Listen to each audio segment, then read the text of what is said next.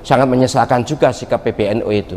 Mestinya hal-hal yang terkait dengan keilmuan itu biar menggelinding, biar diskusikan di masyarakat. Mestinya harus berani dialog terbuka itu, yang pro maupun yang kontra. Ilmiah soalnya.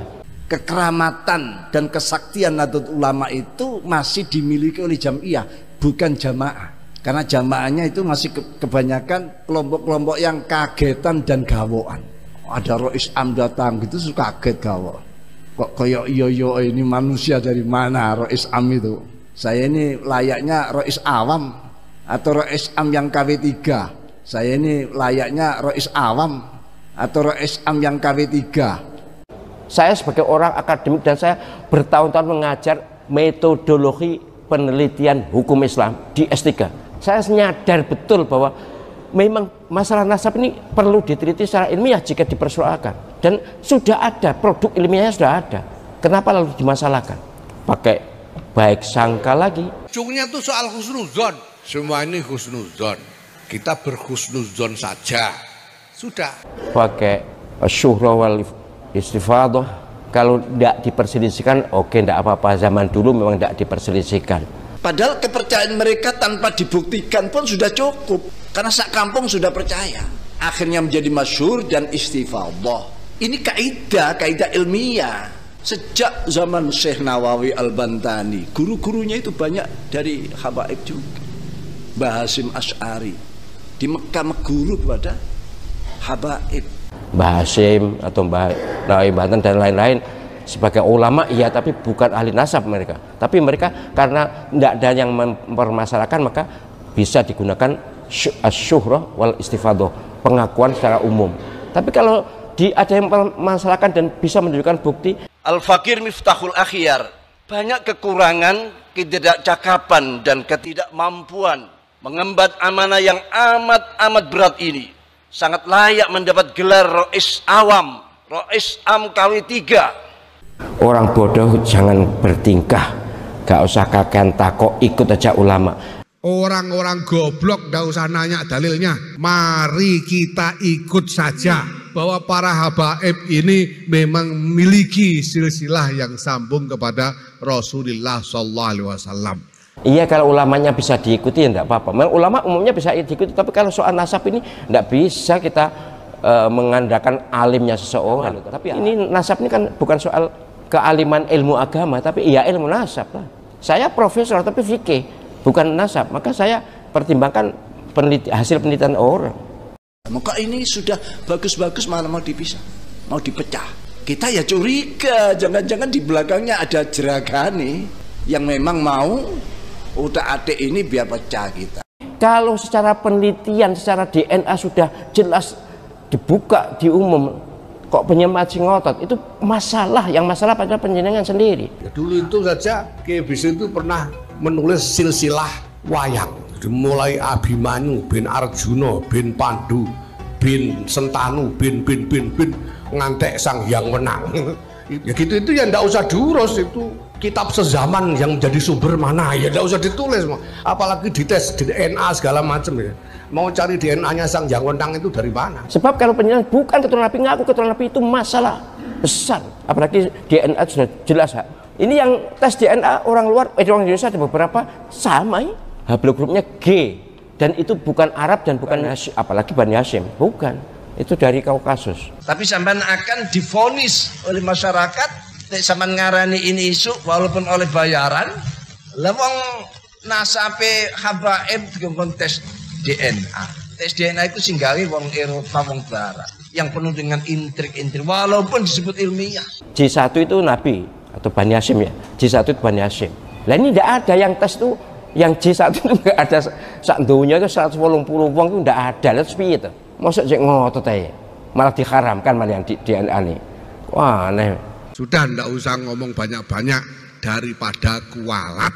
Kalau tadi karena tabarrukan dan tidak menantang kualat dan tidak menantang kualat, mungkin dengan bahasa lain amalia kita ini sebetulnya adalah amalia katrolan. Oh, saya gemerget terus ngenai. Gemerget bahwa ada orang yang merasa keturunan Nabi kemudian mendominasi agama, bahwa dia paling paham agama. Halah, soal agama jangan merasa paling pinter, jangan. Kita juga banyak yang alim. Orang-orang goblok ndak usah nanya dalilnya, mari kita ikut saja. Jadi yang nantang-nantang minta kita sezaman mungkin dia tidak tahu atau bodoh, tidak tahu atau bodoh. Saya mohon kepada Gus Yahya, sempatkan membaca buku Kesimpulan Tebu Ireng. Itu hasil halakoh 17 kali halakoh yang diikuti para kiai, ratusan bahkan bisa ribuan kiai ke seluruh Indonesia. Mari kita ikuti saja, senang tidak senang, setuju tidak setuju. Pada saat as-sawadul a'zam minal ulama ini sudah menetapi sesuatu bersama-sama, mari kita ikuti saja. Ya, jangan tidak usah mempersoalkan macam-macam. Begitu juga mohon kepada Hadratus Syekh Kiai Haji Muhammad Miftahul Ahya, semoga beliau juga menyempatkan membaca buku itu. Sekali lagi harapan kita adalah bahwa NU sebagai ormas Islam yang sangat besar ini bisa membawa umat Nahdliyin, warga Nahdliyin dalam khitoh Nahdliyah yang ditetapkan oleh para muassisun. Kalau anak santri demo kiai ini betul, tidak ada. Justru kiai menjadi qudwah hasanah. Sak tingkah polai, sak gerakannya selalu ditiru. Saya tetap mencintai sahabat-sahabat saya yang habaib. Tapi saya sebagai akademisi, orang kampus, orang yang sudah studi di dalam maupun di luar negeri, sekolahku wis tutup, ngajiku wis khatam, jadi saya boleh toh berpendapat atau mengikuti pendapat yang saya pertimbangkan lebih sesuai dengan ketentuan dalil-dalil. Kalau bahasan-bahasan itu bahasan ilmiah silakan. Lalu sekarang yang dibahas sekarang ilmiah apa enggak? Kalau saya bukan ilmiah. Tentang habaib itu saya ikuti jalur yang rasional, yang reasonable, yang ilmiah, yang ada dalilnya, yang ada hujahnya, bukan yang pokoknya. Ilmiah itu harus pakai aturan, kaidah ilmiah, tidak ada yang disembunyikan, semua dijelaskan, diterangkan, tidak ada yang ditutupi. Dan saya mohon kepada saudara-saudara yang habaib, ayo diturunkan tensinya, yang punya perikata, yang punya perilaku tidak cocok dengan bimbingan Nabi, hentikan supaya panjenengan tidak dihujat. Mosok ngaku putunan Nabi tapi terocok. Al-Habib Ad-Doktor Ali Hasan Al-Bahar, apapun penelitian yang dilakukan oleh orang, apapun tesis-tesis dibuat oleh orang, walau aftal muftun, saya tetap berhusnudzon bahwa beliau Habib Ali ini adalah min dzurriyyati Rasulillah sallallahu alaihi wasallam. Saya ingin menghimbau kepada mereka supaya mereka menyadari bahwa itu bukan menimbulkan simpati tapi menimbulkan antipati, bukan menimbulkan kecintaan tapi kebencian. Akhirnya menjadi kebencian, akhirnya yang ada hanya marah. Belum para buzzer-buzzernya yang ada di mana-mana itu, kita ngomong sedikit langsung diolah, dipotong. Waspadalah, ini yang disebut dengan muraqabah, kewaspadaan. Makin ada alasan orang lain untuk membenci orang yang ngaku cucu Nabi tapi perilakunya tidak sama sekali mencerminkan bimbingan Nabi. Padahal sam'iyat dan akliyat itu dalil kita, dalilnya wong NU, itu dalil kita. Ini ditolak, kebenaran mana ini sudah dihapus. Kalau ada sebuah bukti yang otentik, kitab-kitab yang asli, itu dibohongkan, dianggap palsu. Wahai para orang yang ngaku keturunan Nabi, kenapa kalian ngotot ingin diakui keturunan Nabi? Kenapa? Andai kata benar penjelasan keturunan Nabi, lebih bagus diam, lebih bagus sembunyi, tidak usah ditunjukkan, supaya tidak riak, supaya tidak mengganggu akidah, tidak mengganggu akhlak, tidak mengganggu pikiran, tidak mengganggu hati kita. Nantikan apa komando dan instruksi daripada PBNU. Jangan bergerak sebelum ada instruksi. Jangan buka lapak sendiri-sendiri. Berdasarkan apa yang saya tonton di video atau yang dikirimkan orang ke saya, video-video pemalsuan makam, dan makam itu kemudian setelah 1 tahun dapat 2 karung uang. Ada bukti YouTube-nya. Sopos yang memalsukan terserah. Nek merasa tersinggung ya silakan aja. Tapi ini memang ada, bukan hanya 1, 2, puluhan bahkan ratusan makam. Ketahuan sekarang. Mosok nek wis ngene iki ya tetep begegek. Assalamualaikum warahmatullahi wabarakatuh. Alhamdulillah, dengan rahmat Allah kita bertemu lagi di dalam channel ini. Jadi sebelum kita bahas, kita simak dulu video ini. Wakil soal habaib ya, biar dijawab gak mas? Tapi ini kata jawab yang takoi banyak. Kau yang yang kono tak jawab tuh masalah habaib. Tapi baiklah. Wong ditakoi aku tuh jawab. Prof, lapo. Apa benar bahwa tes DNA itu haram? Sopo sih ngomong? Tes DNA haram. Tes DNA itu ini ilmu genetika, ya masalah nasab habaib itu loh. Atas dasar apa diharamkan? Tidak. Kalau kecuali ada temuan betul-betul diharamkan, apalagi kalau ini darurat, ini penting, ini urgent. Al-hajah tanzilu manzilatat darurah. Kepentingan atau kebutuhan itu menduduki posisi darurat. Nah, wad darurat itu tubikhul mahzurat. Keadaan darurat itu membolehkan sesuatu yang mestinya tidak boleh. Ini tidak ada dalilnya yang melarang, kok diharamkan. Ya saya sejujurnya saya pernah menonton dikirimi video Habib Rizik menyatakan orang yang ngaku habaib wajib tes DNA. Wajib kok, diharamkan piye? Jadi Habib Rizik Syihab itu menyatakan bahwa tes DNA itu harus untuk mengklarifikasi status seseorang yang ngaku keturunan Nabi. Itu bagus kan? Sebab gini loh masalahnya itu. Keturunan Nabi, ngaku keturunan Nabi itu boleh tapi tidak bagus. Tidak ngaku itu lebih baik dan lebih ikhlas. Sebaliknya, bukan keturunan Nabi, kok ngaku keturunan Nabi, wah dosa besar dan itu haram surga. Nabi SAW yang dawuh, siapa yang mendakwa menyatakan bahwa dirinya keturunan seseorang bukan ayahnya, maka dia haram surga. Ngaku keturunan loh, bukan naruh nama istri dengan nama suami, itu lain, itu bukan ngaku keturunan. Ya ini saya menghimbau para habaib, sudahlah panjenengan seleh saja. Andai kata panjenengan keturunan Nabi, toh tetap dihargai oleh Allah SWT, oleh malaikat, tetap diakui. Tapi nek bukan keturunan Nabi kok ngaku keturunan Nabi, wah dosa besar. Jadi luwih apik keturunan Nabi gak ngaku keturunan Nabi, gak ngumum nih daripada ngumum nih. Tapi umpama ngumum nih pun boleh, nek asli keturunan Nabi.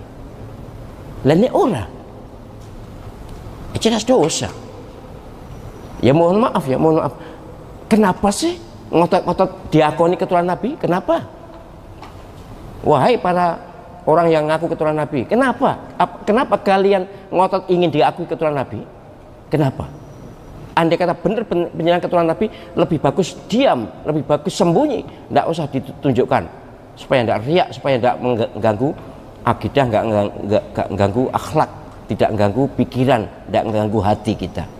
Ini saya menghimbau pada sahabat-sahabat saya, sudahlah. Andai kata penjenengan keturunan Nabi beneran, ya sudah, biar orang bilang bukan keturunan Nabi. Tapi kalau secara penelitian, secara DNA sudah jelas dibuka, diumum, kok penyemat sing ngotot, itu masalah, yang masalah pada penjenengan sendiri.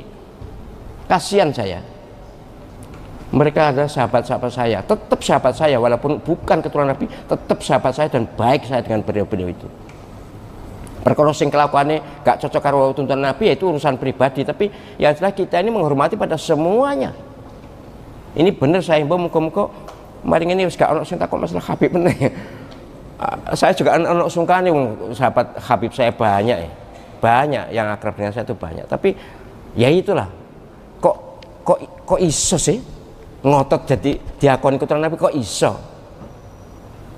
Saya itu malah berusaha sembunyi. Ya kok orang buka neh kok nyenani Mas. Jadi saya ingin panjenengan sembunyi aja lah. Tidak usah ngaku keturunan Nabi. Sudah, nanti urusan di akhirat. Tenan pora. Sebab kalau penjelasan bukan keturunan Nabi, ngaku keturunan Nabi itu masalah besar. Apalagi DNA sudah jelas haplogrupnya jelas. Ini yang tes DNA orang luar, orang Indonesia ada beberapa sama. Haplogrupnya G. Dan itu bukan Arab dan bukan Hashim, apalagi Bani Hashim, bukan. Itu dari Kaukasus. Ya nek dibongkar izin, tapi ya sudah lah, pokoknya jelas bukan J.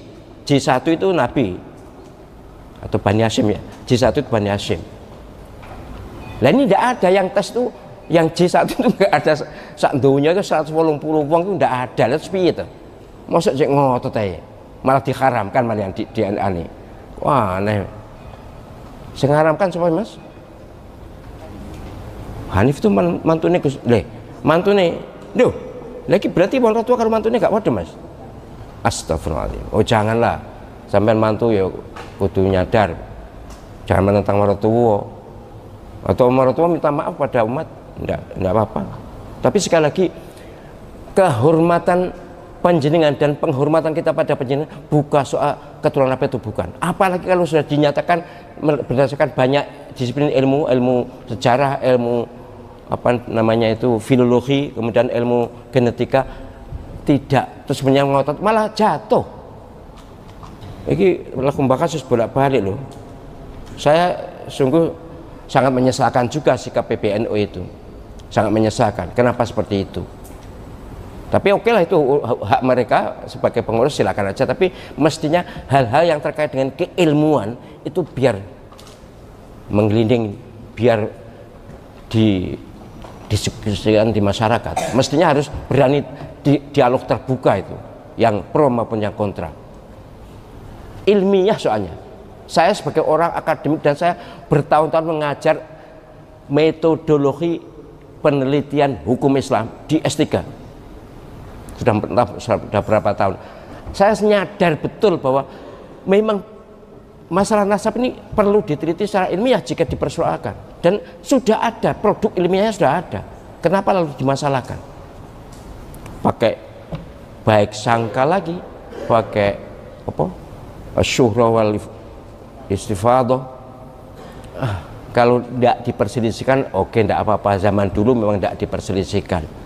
Mbah Hashim atau Mbah Nawawi Banten dan lain-lain sebagai ulama iya, tapi bukan ahli nasab mereka. Tapi mereka karena tidak ada yang mempermasalahkan, maka bisa digunakan asyuhrah wal istifadah, pengakuan secara umum. Tapi kalau ada yang mempermasalahkan dan bisa menunjukkan bukti, lalu apa untungnya? Tetap ngotot ngaku keturunan Nabi itu, apa tidak takut dengan risiko? Nanti baca surat Al-Ahzab ayat 2 dan seterusnya itu. Betapa Allah SWT murka kepada orang yang menasabkan bukan keturunannya. Menasabkan loh. Mohon dibedakan antara panjenengan istri, kemudian namanya ditambahkan suami. Misalnya Mas Khalid, istrinya apa jenis Mas? Iva Khalid. Wah, lo ceramah. Oh itu dosa itu. Haram bau surga, ngaji osele. Itu kan bukan menasabkan, itu mengakui sebagai suami, bukan menasabkan. Ya memang afdolnya dengan orang tuanya, tapi kan supaya suami merasa dihargai, ya oke, tidak ada masalah itu. Yang dilarang oleh Allah SWT itu mengalihkan nasab. Misalnya yang di surat Al-Ahzab itu Zaid bin Muhammad, padahal jelas bukan bin Muhammad tapi bin Harithah kan. Itu yang dilarang, dan itu bisa diambil, dipetik sebagai pelajaran untuk para siapapun yang ngaku keturunan Nabi. Sekali lagi Mas, kalau ada fasilitas tes DNA saya mau kok ya. Engkau tak umum, tapi juga tak umum nih, nek gak tak umum nih, tapi nek yo gak tak umum nih, nek gak tak umum nih. Bayar berapa sih Mas? Cobalah cari info Mas, sampai cari info di mana dan bayar berapa. Saya ingin supaya orang-orang ini segera menyadari bahwa masalah nasab ini sesungguhnya tidak ada pentingnya untuk diperdebatkan.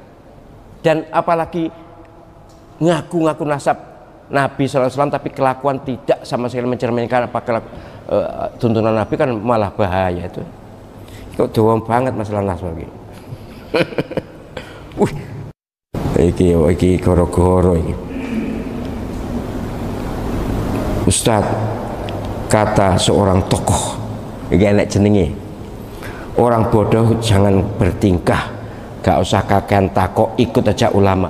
Iya, kalau ulamanya bisa diikuti ya enggak apa-apa. Memang ulama umumnya bisa diikuti, tapi kalau soal nasab ini enggak bisa kita mengandalkan alimnya seseorang. Tapi harus alim dalam pengertian alim agama loh. Tapi ini nasab ini kan bukan soal kealiman ilmu agama, tapi iya ilmu nasab lah. Saya profesor tapi fikih, bukan nasab. Maka saya pertimbangkan hasil penelitian orang. Terus gitu ya, jadi enggak usah dianu ini. Apapun dengan baik sangka tidak boleh. Apa benar banyak pemalsuan makam? Lebih dalam lagi. Apa benar banyak pemalsuan nasab? Pemalsuan makam? Iya. Berdasarkan apa yang saya tonton di video atau yang dikirimkan orang ke saya, video-video pemalsuan makam, dan makam itu kemudian setelah 1 tahun dapat 2 karung uang. Gitu. Ada bukti YouTube-nya. Sopos yang memasukkan terserah, nek merasa tersinggung ya silakan aja, tapi ini memang ada, bukannya 1, 2, puluhan bahkan ratusan makam ketahuan sekarang. Mosok nek wis ngene iki ya cik tetep begegek. Apa Mas begegek Mas? Kenapa begegek? Yang ngotot ya, kira-kira ngotot ya, cik ngotot ndak salah, kemudian semua diwalikan. Ya mohon maaf ya, ini apa benar-benar ada memang pemalsuan makam itu ada, minimal yang ditunjukkan kepada saya. Cuma saya memang ingin masalah ini tidak usah membongkar nama lah, saya tidak ingin menyebut nama supaya tidak menjatuhkan kredibilitas seseorang.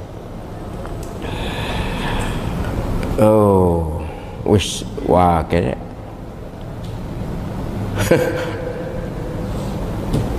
mohon dibahas masalah obat-obatan yang hampir semuanya mengandung bahan terlarang. Sudah, kemarin kan di outbound itu tadabbur alam itu. Oke lah, intinya begini. Menurut yang dikirim video ini, 90% lebih obat itu mengandung unsur babi atau narkoba, yang berarti haram. Nah, karena berobat hukumnya wajib dan obat itu termasuk media untuk menyembuhkan, dan penyembuhan itu menyangkut nyawa, maka ini boleh pakai pintu darurat. Artinya ini haram memang, kalau tahu apalagi haram, tapi karena untuk penyembuhan maka pakai pintu darurat. Ad-daruratu tubihul mahdzurat. Keadaan darurat itu membolehkan sesuatu yang dilarang. Tetapi saya menghimbau sebelum ke obat, ke jamu dulu lah ya. Jamu apa Mas? Jamu kan bahasa Indonesia kan jamu juga. Ke jamu. Saya juga begitu. Saya hampir tidak pernah pakai obat. Hampir tidak pernah. Ya kalau pernah ya sedikit-sedikit. sedikit saja, dan hanya obat yang rendah-rendah itu, yang murah-murah itu aja. Itu terpaksa.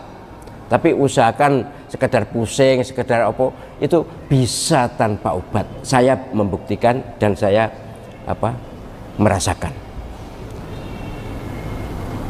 Ya nek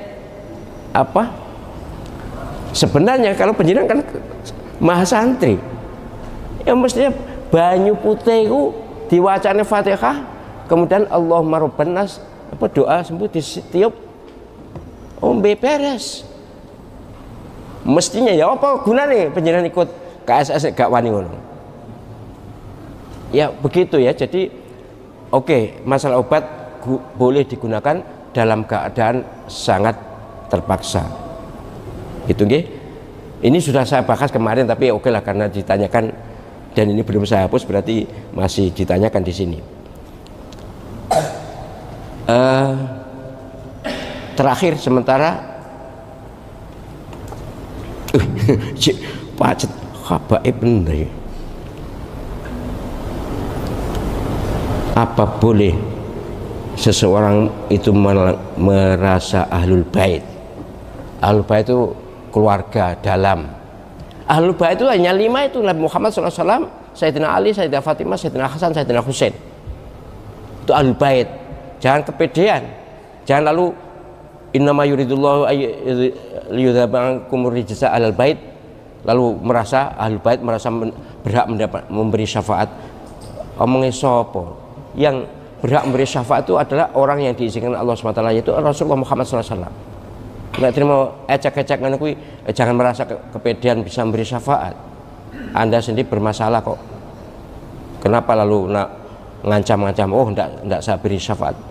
Waspadalah, di padang mahsyar hitungannya masing-masing.